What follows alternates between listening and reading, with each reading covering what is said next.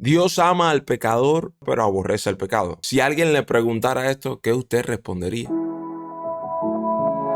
Pues hablemos entonces de Mahatma Gandhi, que fue quien lo dijo. O mejor, hablemos de la Biblia, qué es lo que dice al respecto. Primero, Mahatma Gandhi fue un pacificador que fue muy influenciado por el budaísmo. Dicho esto y puesto en contexto, bíblicamente nunca se llega a decir esto. Sin embargo, si alguien le preguntara, usted podría decir que sí o que no. Más bien que depende. ¿Por qué es verdad y no es verdad? Dependiendo del contexto en donde lo aplicamos o a quién lo aplicamos. Porque primero tenemos que entender que aquí se habla de dos cosas. Número uno, del amor de Dios, y número dos, de la ira de Dios. Porque se dice, Dios ama al pecador, o sea, hablamos del amor, y aborrece el pecado, hablamos de ira, aborrecer hacia el pecado. Ahora, antes de enfrentarnos con el texto bíblicamente, primero tenemos que entender de que la ira de Dios no es igual que la ira de los hombres o la ira de los seres humanos. Que cuando se habla de ira en los seres humanos, se habla de esta forma irracional que tenemos de reaccionar hacia alguna causa que nos llevó a esta ira. ¿Por qué es irracional? Porque muchas veces no se corresponde, sino más bien es una imposición de autoridad o algún desafío que por dentro se levante en nosotros. Sin embargo, la ira de Dios no es más que la justa indignación consecuente por el pecado del hombre. O sea, cuando el pecado del hombre se hace presente, hay una ira de Dios sobre ellos como justa indignación hacia que estamos transgrediendo algo que no es nuestro. Por eso esa ira se traduce en castigo, pero es el castigo consecuente por algo que nosotros hicimos. Ahora, dicho esto, Dios ama específicamente al pecador arrepentido y que cree en Cristo. ¿Por qué? Y en este contexto es que se ajusta, Dios ama al pecador pero aborrece el pecado. Vamos a la Biblia. Juan 3:16 dice, de tal manera Dios amó al mundo, ese es el primer subtítulo. Tanto amó Dios al mundo, el segundo subtítulo. Y ahora vamos al versículo, el versículo más famoso por el cual hablamos de esto. Dice, porque de tal manera amó Dios al mundo que ha dado su unigénito, su Hijo, para que todo el que en Él crea no se pierda, mas tenga vida eterna. Ahora, dice, porque de tal manera Dios amó al mundo, y ahí habla del amor, pero luego dice que la otra parte es que no solo habla del amor, sino también habla de la salvación, pero la salvación va unida a este amor, porque en este caso Dios odia nuestro pecado, pero no a nosotros, porque Dios no solo nos corrige, sino también nos disciplina como un padre que quiere que nosotros seamos cada día más semejantes a Cristo, porque creímos. Como vemos aquí en Juan 3:17, porque no envió Dios a su Hijo al mundo para condenar al mundo, sino para que el mundo sea salvo por él. Para que logremos entender por qué Dios ama al pecador arrepentido, pero sin embargo, ahora vamos a ver el segundo contexto. ¿Por qué Dios aborrece al pecador que no cree? Para eso tenemos que ir directamente en el mismo capítulo, pero en Juan 3, versículo último. O sea, el versículo 36. Y dice, escuchen, el que cree en el Hijo tiene vida eterna, pero el que rehúsa creer en el Hijo no verá la vida, sino que la ira de Dios está sobre él. Pregunto ahora, no solo el que se rehúse a creer en el Hijo no verá la vida, sino que la ira de Dios estará sobre él. Yo pregunto,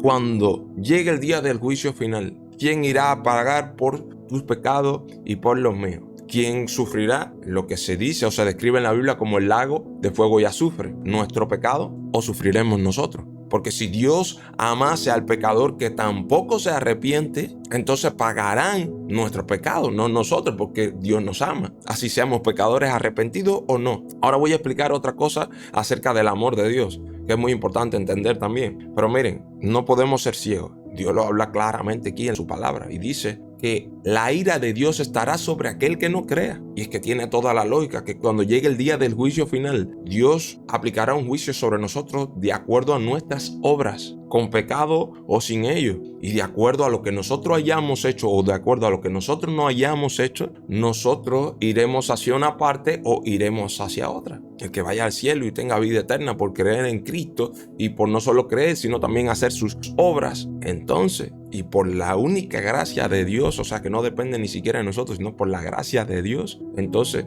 usted será salvo también. No solo significará que Dios le amará, sino significará que será salvo. Ahora, si usted no cree en el Hijo, no obedece, no quiere arrepentirse, no quiere acceder a la oportunidad que Dios le dio. Entonces, pregunto, ¿Dios lo amará a usted y por cuanto lo amará no lo echará al lago de fuego y azufre? No creo y no es lo que dice el texto bíblico. Ahora, Salmo 7:11, corroboremos un poco lo que decimos. Dice, Dios es juez justo y Dios está airado contra el impío todos los días. El impío representa el pecador, representa esa persona que no se arrepiente de lo que ha hecho o de lo que hace. Y dice que Dios está airado contra el impío todos los días, contra nosotros. Cuando no hacemos, está airado Dios contra nosotros. Ahora, Efesios 2:3 dice, y éramos por naturaleza hijos de ira, lo mismo que los demás. Escuchen cómo hace una salvedad y una separación que éramos, estamos hablando de las personas que creen en Cristo. Éramos por naturaleza hijos de ira, lo mismo que los demás, que todo el mundo. Ahora, cuando decidimos creer en Cristo, está haciendo la salvedad porque ya no somos hijos de ira, solo si seguimos haciendo el pecado o si seguimos sin arrepentirnos de las cosas que hacemos. Y es necesario que entendamos lo siguiente, que Dios en su carácter perfecto puede mezclar bondad, compasión, amor con justicia, santidad e ira. ¿Por qué? Porque un Dios de amor también ha de sentir ira cuando es transgredido lo que ama. Así como usted, si ama a sus hijos, usted puede sentir una justa indignación cuando usted ve que hay alguien que le ha hecho algo a su hijo. Entonces también tiene que sentir ira correspondiente y justa por lo cual le ha hecho o alguien le ha hecho a su hijo algo. Pero Dios es un Dios justo, no es la misma justicia la de Dios que la nuestra como seres humanos. Entonces tenemos que entenderlo.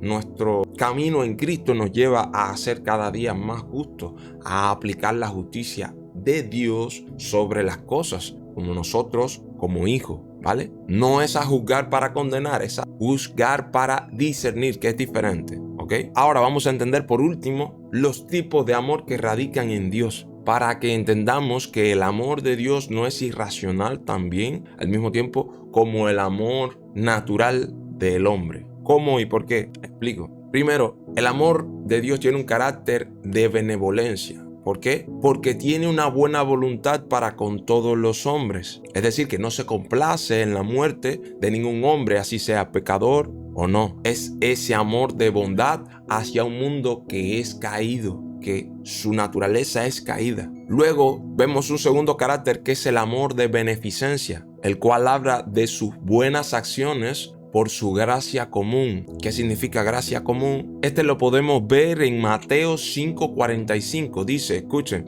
para que seáis hijos de vuestro Padre que está en los cielos, que hace salir el sol sobre malos y buenos y que hace llover sobre justos e injustos. Esto quiere decir que hay muchas cosas de las que nosotros disfrutamos, seas justo, seas pecador, seas malo, seas bueno, seas injusto. De cualquier manera, usted va a disfrutar tanto de la lluvia como de atardeceres, de la playa, de todas estas cosas que Dios nos ha dado a nosotros, a todos, en su gracia común. Ahora, por último, vemos el carácter que es el amor de complacencia. Este amor de complacencia que Dios tiene para con su Hijo y para los que están en su Hijo, ¿vale? O sea, cada uno de nosotros cuando cree o comienza a creer en Jesucristo. Esto es para que entendamos que el amor de Dios puede estar en varias capas diferentes. No es igual que el amor nuestro, que cuando queremos a alguien le damos, pero cuando no queremos a alguien no le damos. El amor de Dios puede